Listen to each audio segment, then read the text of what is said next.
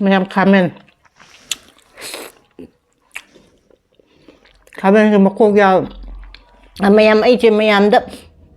ai đi cái nấm hàng gai này cạo thô rồi bà ai quân đó nè ai đi chum mẹ bà mít cái đi lấy sa nè hay chứ lấy sa nằm bi đâu mayam chơi rồi có ai chứ cái nó tàu rồi có khara cái nó mi mayam na chai jeli ko mayam amta manipur gi chinaw na gi video che jeng dem ta haibiro lai sana mi se id lukhra bi tana nambra do na traga id aina ujabada di loi nam mi ko adom aigunda haiba lai sa se lukhra bi na nam mi aina ne adu haiba do isu keno taw adu mayam id lukhra bi na ta su id lai sa bi pakang loi nam nei ko id ujabada nam me ba adu I want to mine a higher put a job or do I took key there. I do cara high video come. Elisha city tower, Ivane. I do not see a khamen, the Elisha or in a tongue again. I mean, just to get more item of Pum day in a Maya Tangara, Hagane, Bakok city Mapum or in a Hendane. I do mine a tower, Cabo tower, Missina, Tonga again. I know Mahi Hapchella by some Naina cannot tower. I know. Elisha khamen ga thongba recipe ma layaba adu nga chi hapchala ge uji nga chi loi mathang nai na hapchala adu ga khamen chi chu hapchala ge sune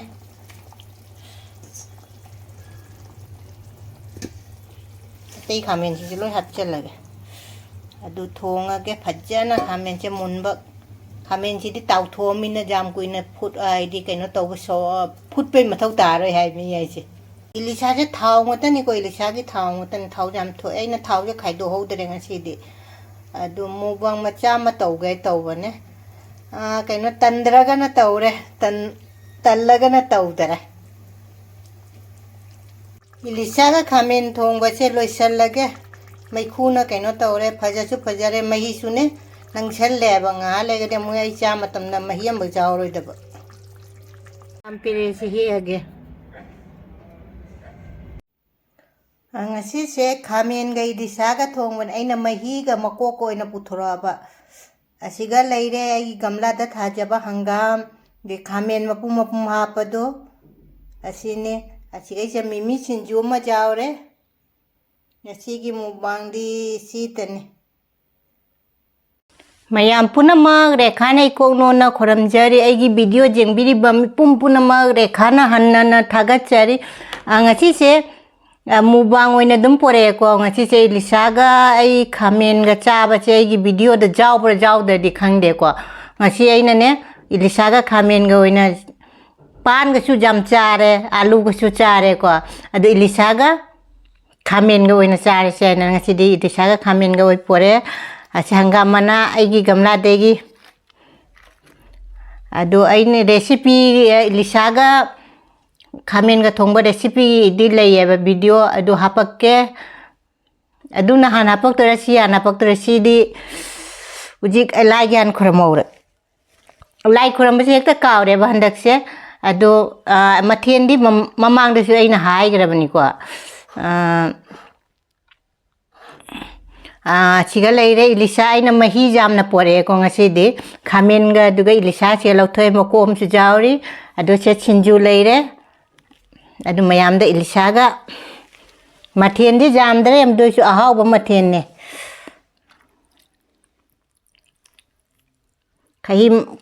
khara mahi lang tak na na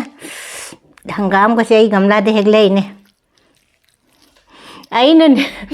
namo mamang dai na video namgi bada ina anauna mai kaino se lauri haibado adu makunam bo horam da be wari ni kaino tawraga ne adu mayamda Elisha ga khamen ga thong ba mayam che ai singju chini jam chaning che mayam singan kha thaki ge sing da ko che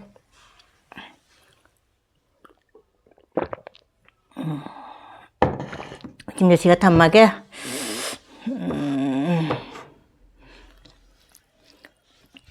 nhầm hậu đeo thì hay ra cái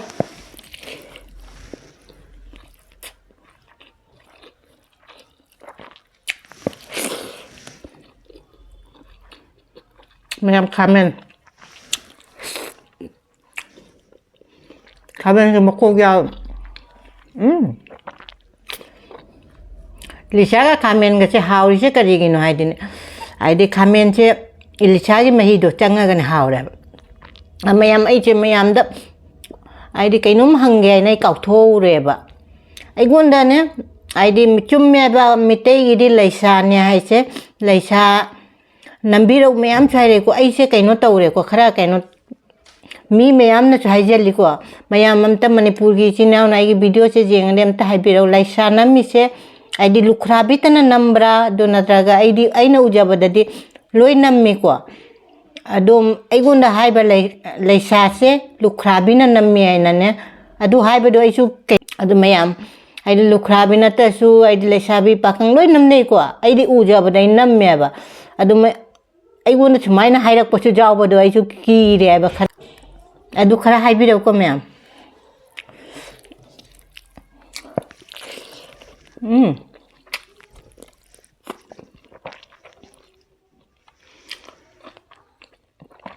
खामेन जाओगे सिंजू चागे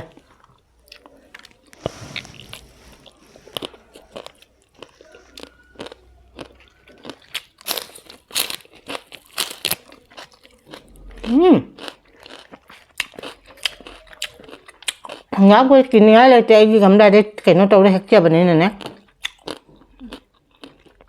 chỉ cho khamen búp búp lao vào chỗ video đồ này chứ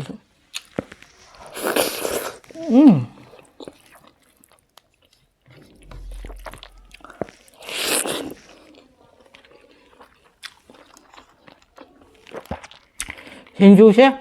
hanggang mana sih hapus saga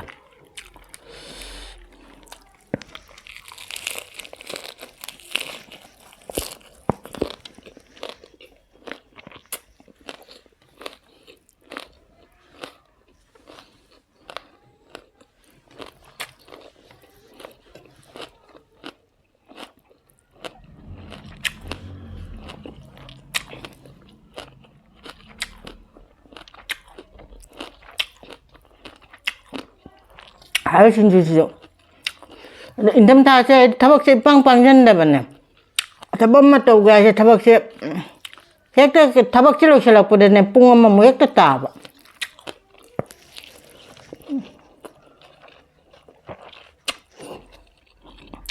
엘리샤 먹고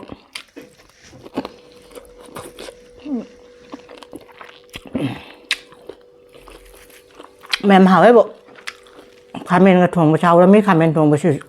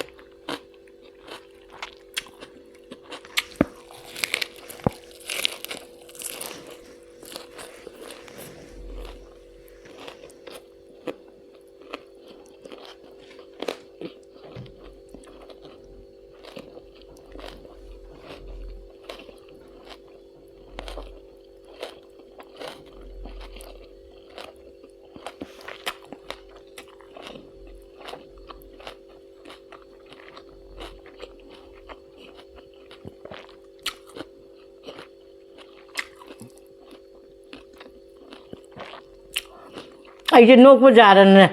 잠만 기는네.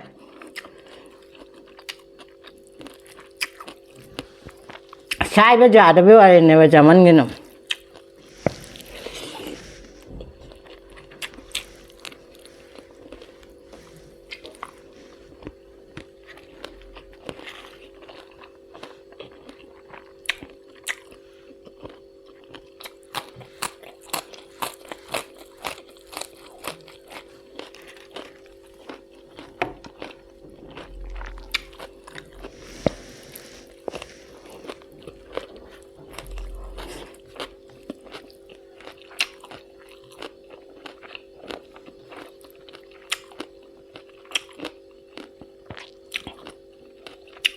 진주 이제 고하고 짜자.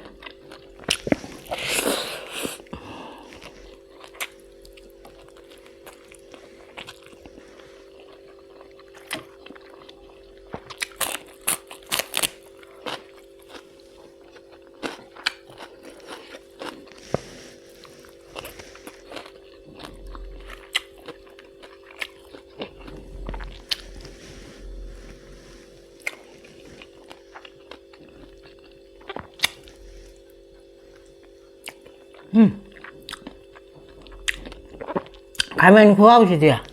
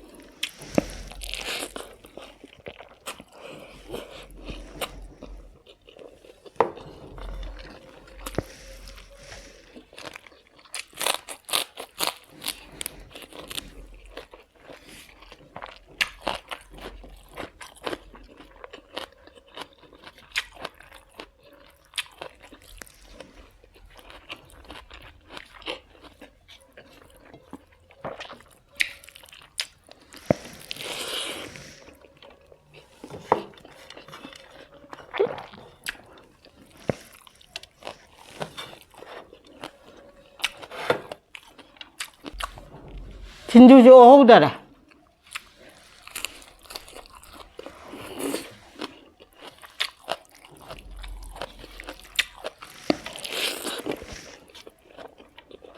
진주 chứ không mấy nghìn 진주 chỉ ta hành chặt thôi đâu.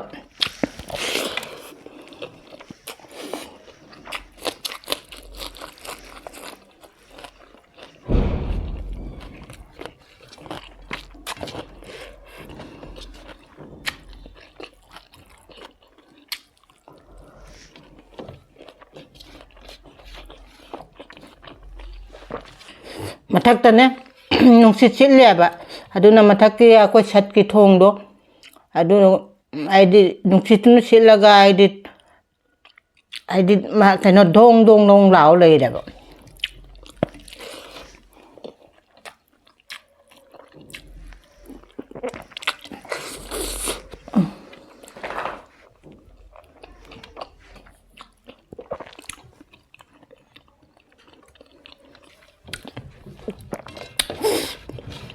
khamen ki khuao chi de Elisha mai do chang khamen ja mau da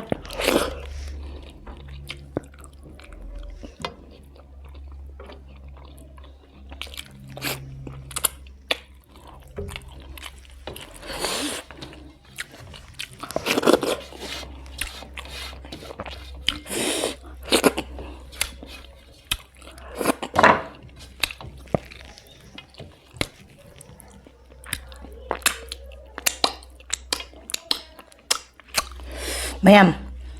singju do kuau ma to nga si khamen ne Elisha ga khamen ka jam mau ram me khamen du Elisha ma hi do khamen da chang kuau do adu ga loi cha ga re sit na le